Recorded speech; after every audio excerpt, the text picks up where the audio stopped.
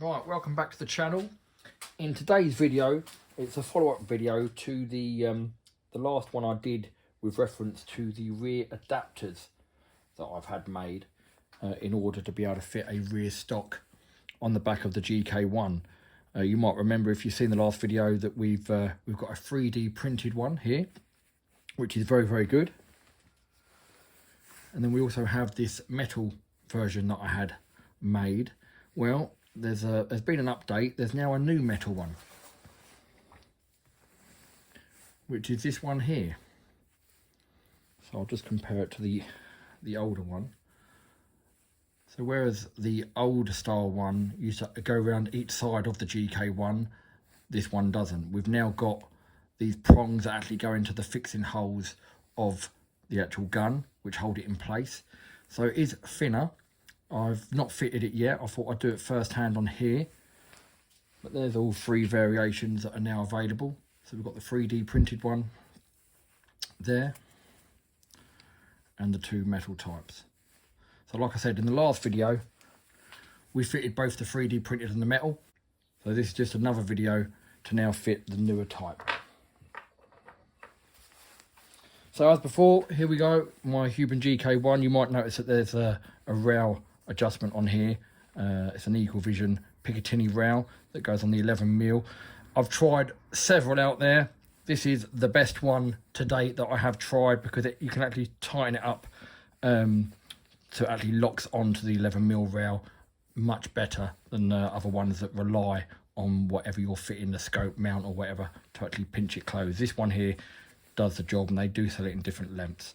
So that's on there at the moment, just because I've got a scope that I normally use on here. So we will start with removing the top sight screw.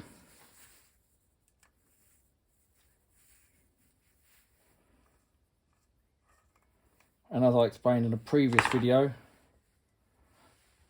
this is normally sprung loaded. I've already taken the spring out, but we have to undo this, otherwise these screws can just catch on the side and can scratch them up.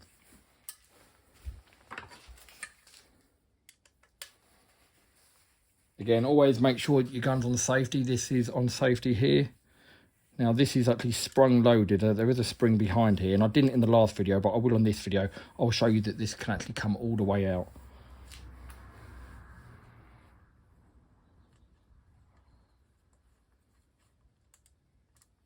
Like I said, I haven't fitted the new metal adapter yet.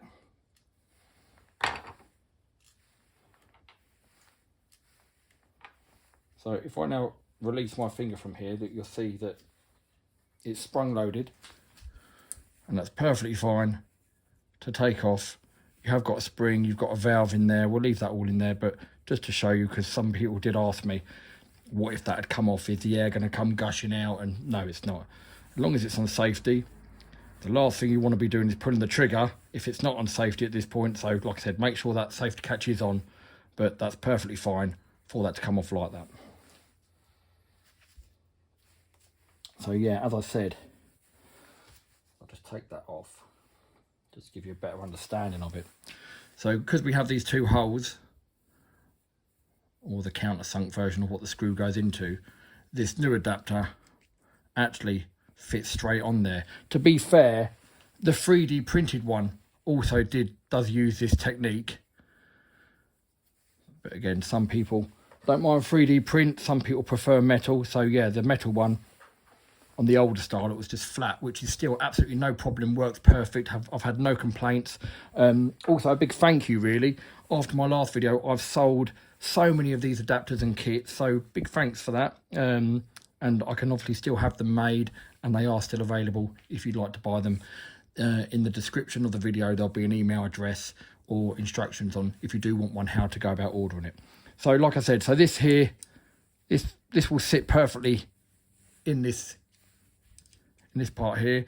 So then when we screw that all on, it just holds it in place a lot better.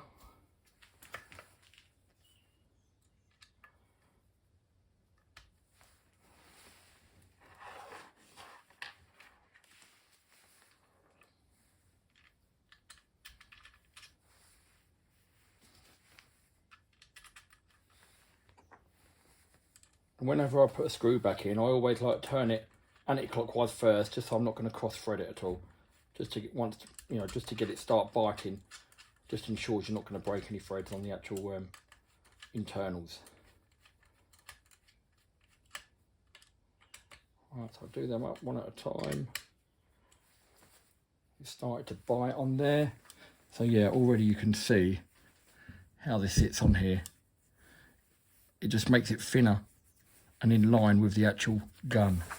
So I'll just do them up a little bit tighter.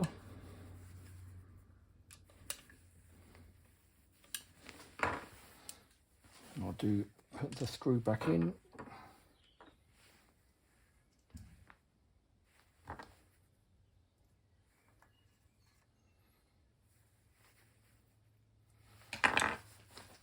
So there we have it. That is the new metal rear adapter.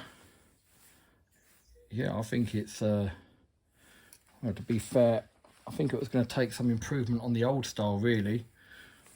But just to give you some idea, you can see how wide the old style was.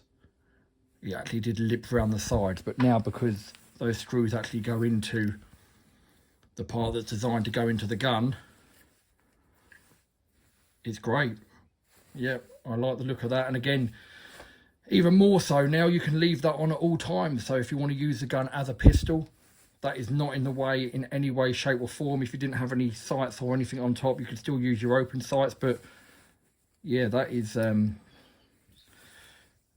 yeah, I really like that.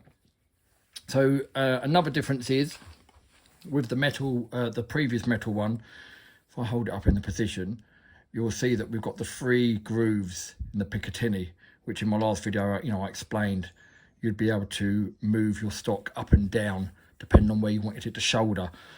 To be fair, I've never taken it out of the middle position, and that's fine for me. So this one here, we are losing the top position, but out of the 3, that's probably the one position that you probably never would even use anyway. So I'm going to put a stock on here just to see what it's all like.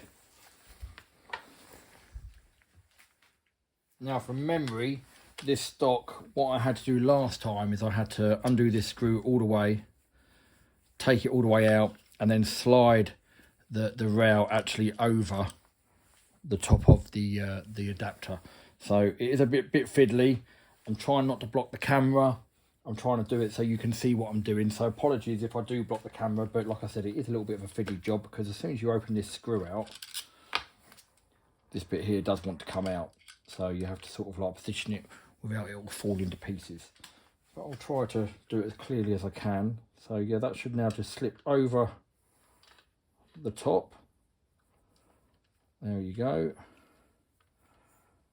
And then try to leave that in the position that it's got to be in. And then the screw.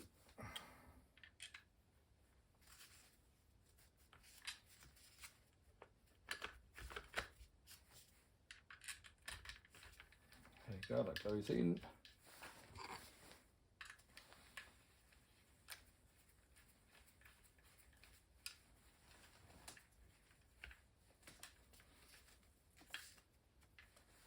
There we go. So there we go. It all nice sits in line. This is an adjustable stock, as I showed you in a previous video, but you can actually see it fits on there very nicely. It's solid, and from top view as well, look, so you can see the new adapter is in line with the actual gun rather than wrapping round. So yeah, I think it's an improvement, if I'm honest. I mean, like I said, there was absolutely nothing wrong with this metal adapter. Some people might even still prefer it, but due to the way it fixes in, that's as strong as it's ever going to be.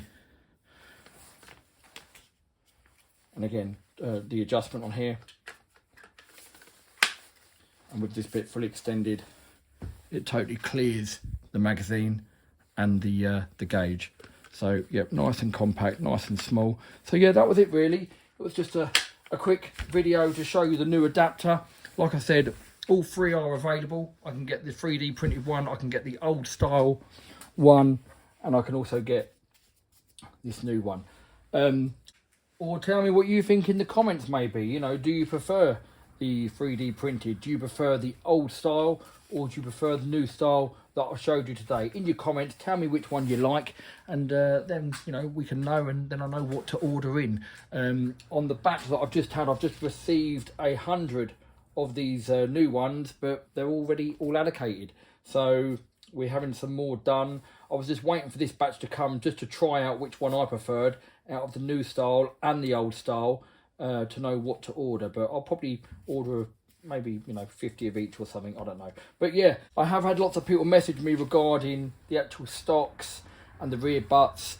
Due to how many I have sold, I'm finding everywhere worldwide is now sold out of these. So they are all on back order.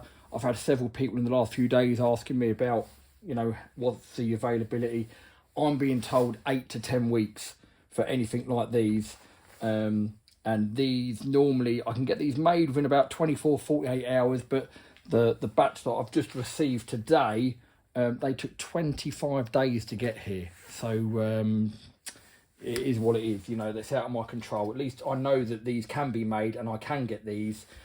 Everything else at the moment, it's, if you don't mind waiting, I can get them in, or you can probably source them yourself. But certainly the adapters, if you need one, send me a message. Email, like I said, is in the description of the video. So yeah, that's it for today. Again, thanks for watching, thanks for subscribing, thanks for liking. It all helps the channel, and we'll see you in the next video.